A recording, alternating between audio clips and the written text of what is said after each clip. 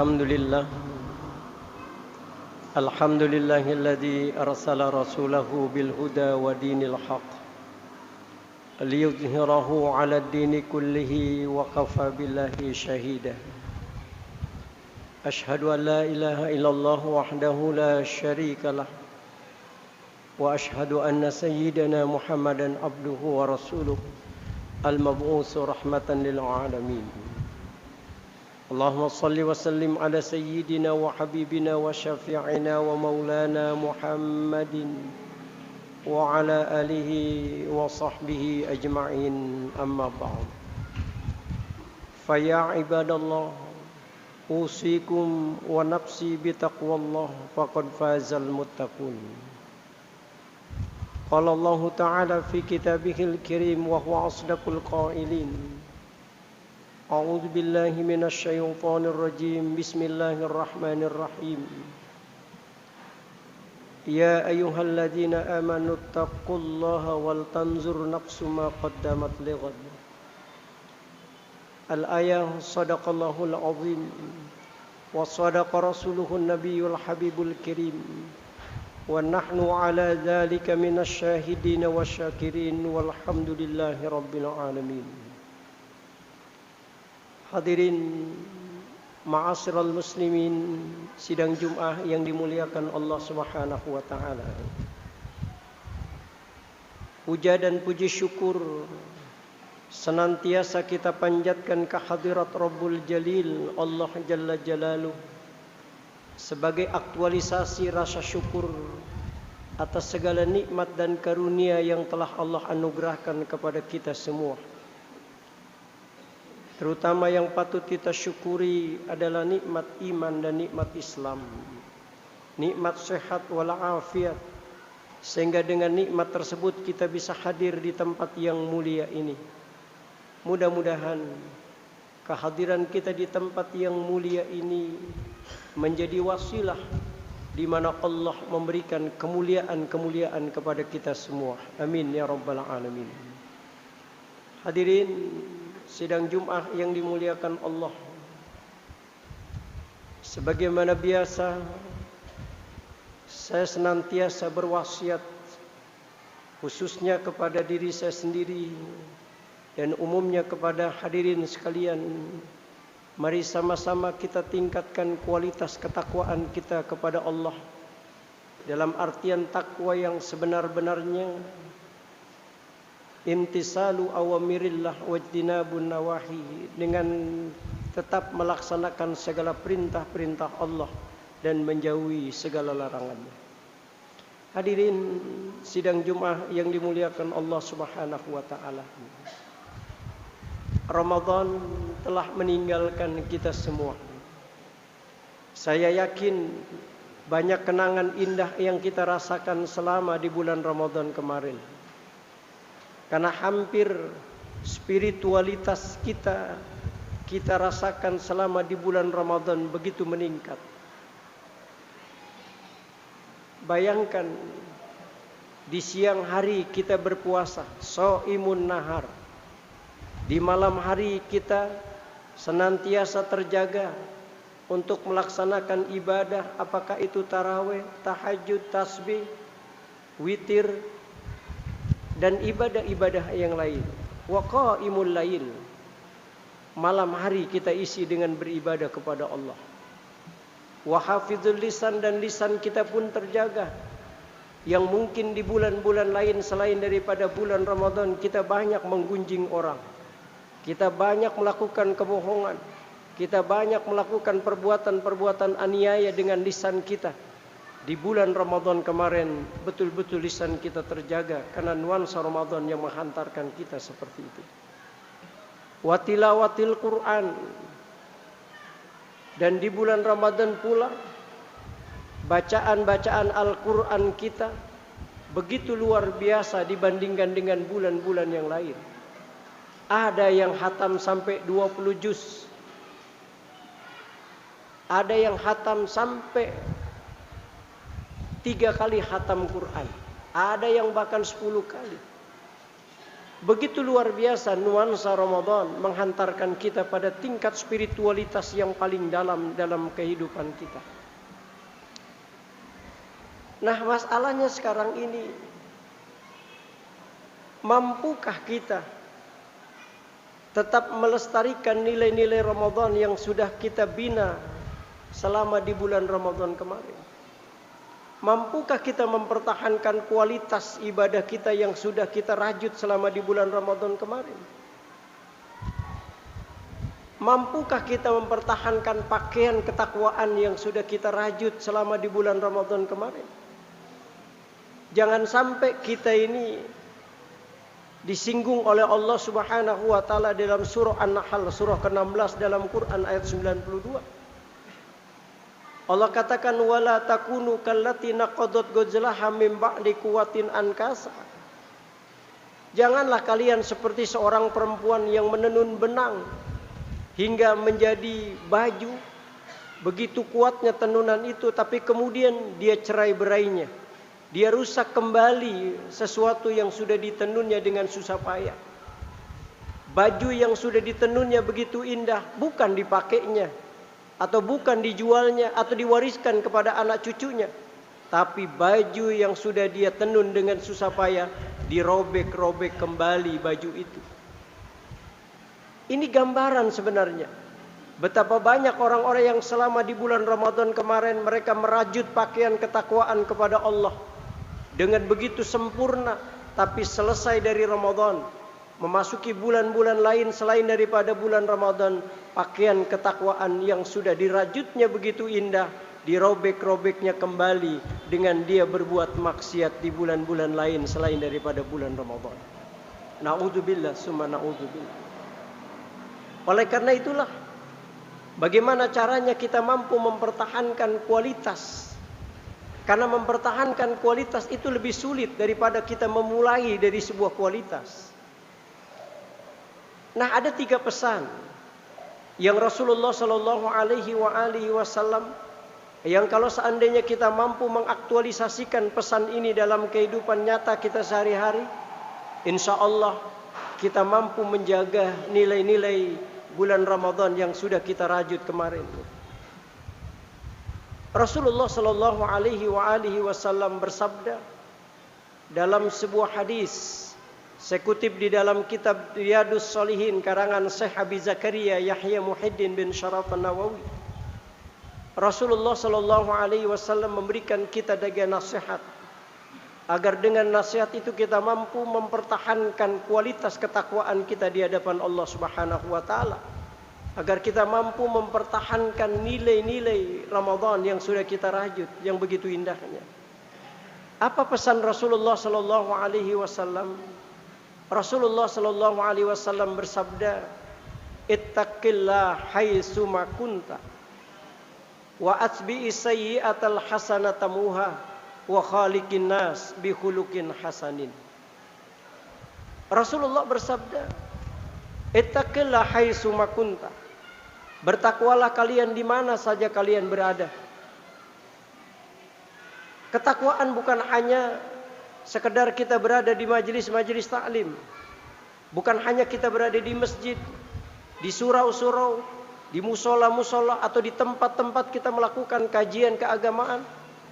Kata Rasulullah, hadirkan ketakwaan itu di mana saja kalian berada. Apakah di tempat kalian berdagang, di tempat kalian berbisnis, di tempat kalian bekerja. Hadirkan ketakwaan itu dalam kehidupan kalian. Nah, masalahnya bagaimana menghadirkan ketakwaan itu dalam setiap saat kita berada?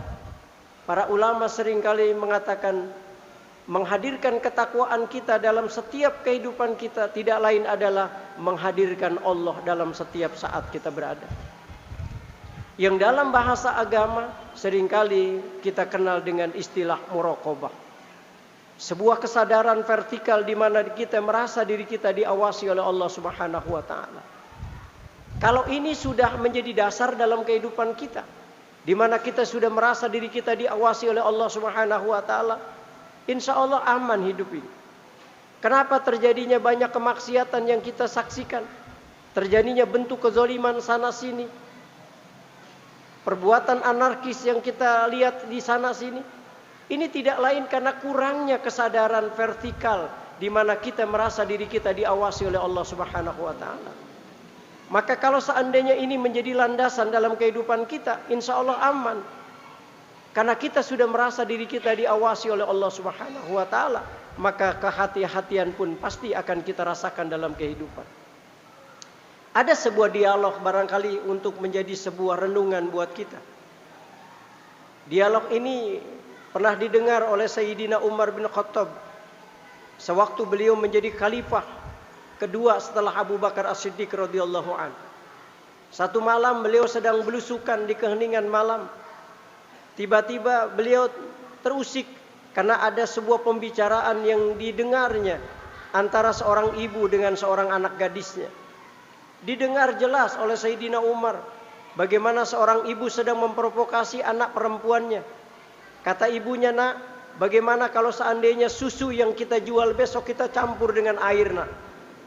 Sehingga susu kita akan tambah banyak dan kita akan menghasilkan keuntungan yang besar." Ketika anaknya mendengar rayuan ibunya, sontak si anak ini mengatakan, "Ibu, mohon maaf, bukankah perbuatan ini perbuatan zolim? Perbuatan sebagai bentuk penipuan kepada umat.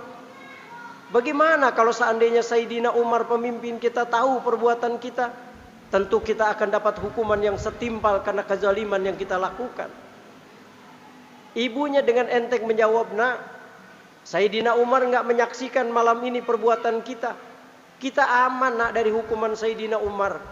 Kita tidak akan dihukum karena dia tidak menyaksikan perbuatan kita."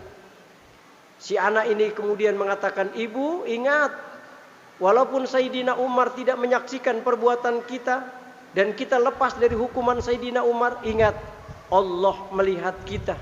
Allah yang menyaksikan perbuatan kita, Ibu.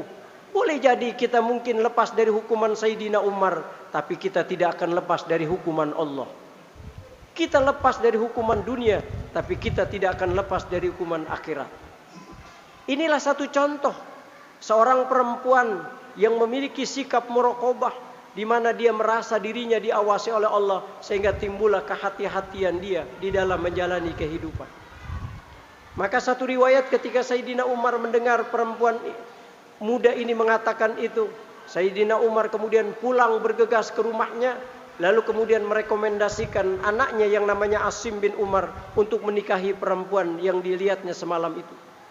Sampai kemudian terjadilah pernikahan Asim bin Umar bin Khattab dengan wanita yang memiliki sikap muraqabah ini. Sehingga sejarah kemudian mencatat, lahirlah dari generasi-generasi orang soleh ini seorang pemimpin besar namanya Umar bin Abdul Aziz. Seorang pemimpin lahir dari keturunan orang-orang yang soleh yang memiliki kualitas ketakwaan di sisi Allah Subhanahu wa taala. Inilah pesan Rasulullah sallallahu alaihi wasallam, kalau kita ingin memperkuat ketakwaan kita di hadapan Allah, mengistiqomahkan apa yang sudah kita rajut, maka lakukan satu sikap yang disebut dengan muraqabah, sebuah kesadaran vertikal di mana kita merasa diri kita diawasi oleh Allah Subhanahu wa taala.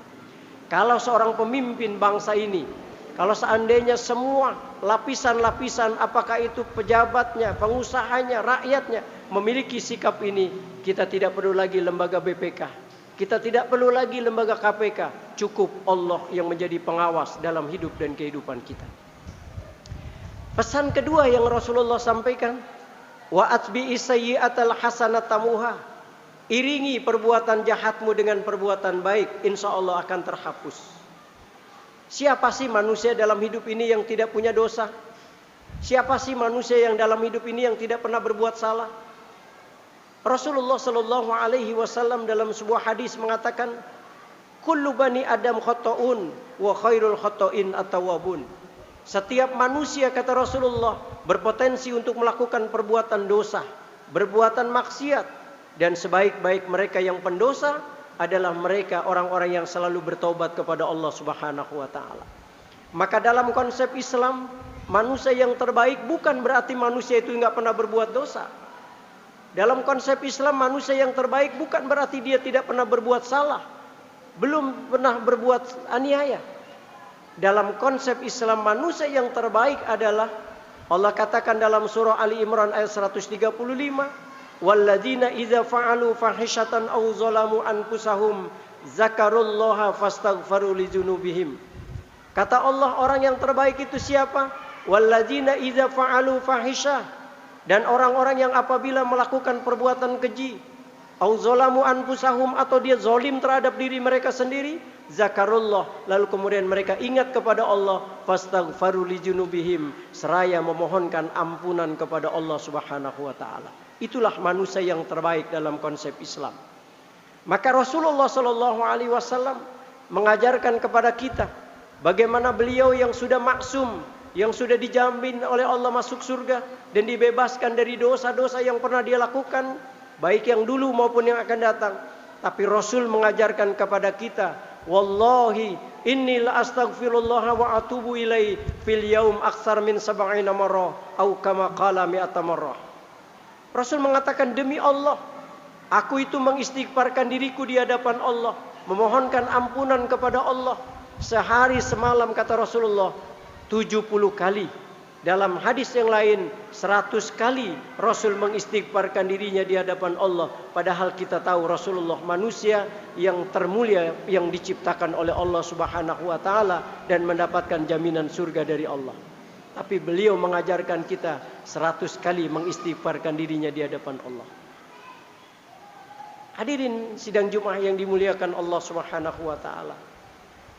Oleh karena itulah, semakin kita banyak mengistighfarkan diri kita di hadapan Allah, semakin kita berpotensi untuk selalu hidup kita ini bersih di hadapan Allah Subhanahu wa taala.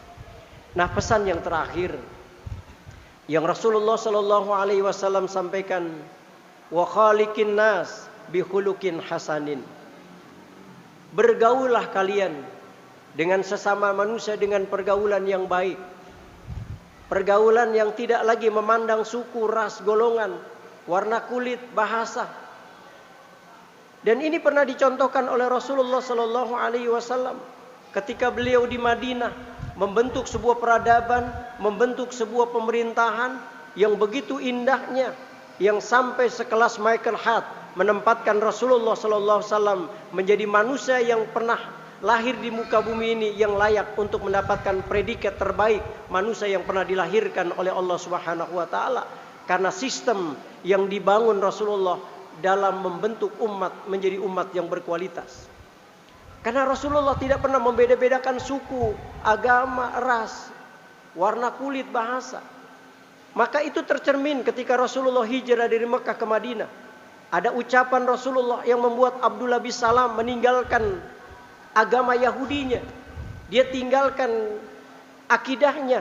Dia menuju agama rahmatan lil alamin karena ucapan Rasulullah sallallahu alaihi wasallam. Beliau ketika di Madinah, Rasul mengatakan, ya ayuhan nas, wahai manusia.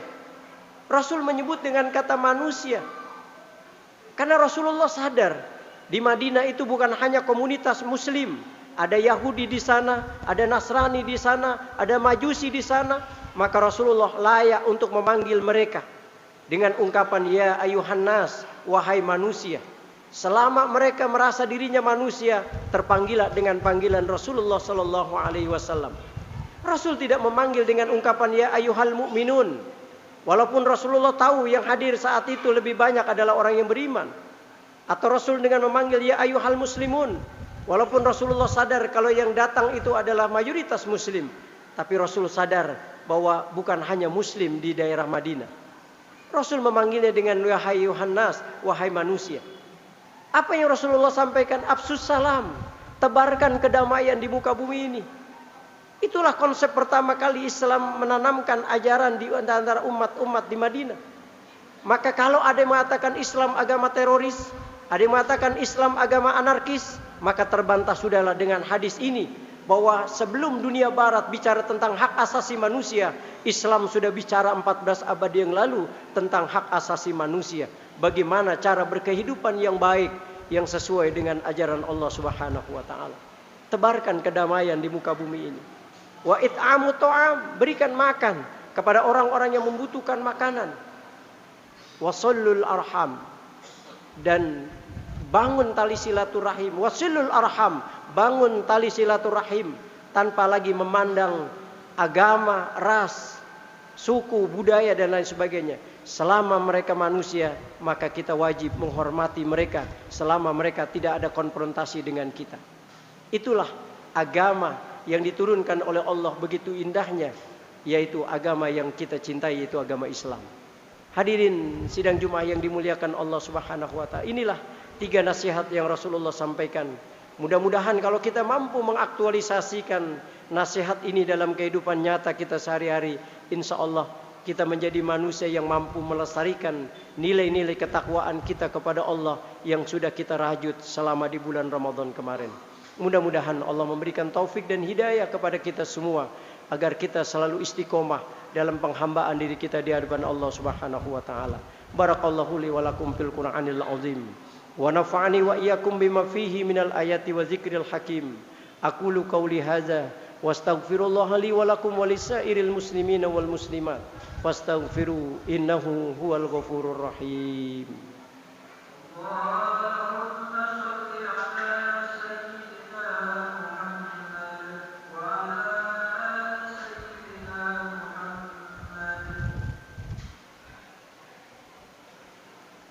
Alhamdulillah. Alhamdulillahilladzi nahmaduhu wa nasta'inuhu wa nastaghfiruh. Wa na'udzu billahi min sururi anfusina wa min sayyiati a'malina. May yahdihillahu fala mudilla lahu wa may yudlilhu fala hadiyalah.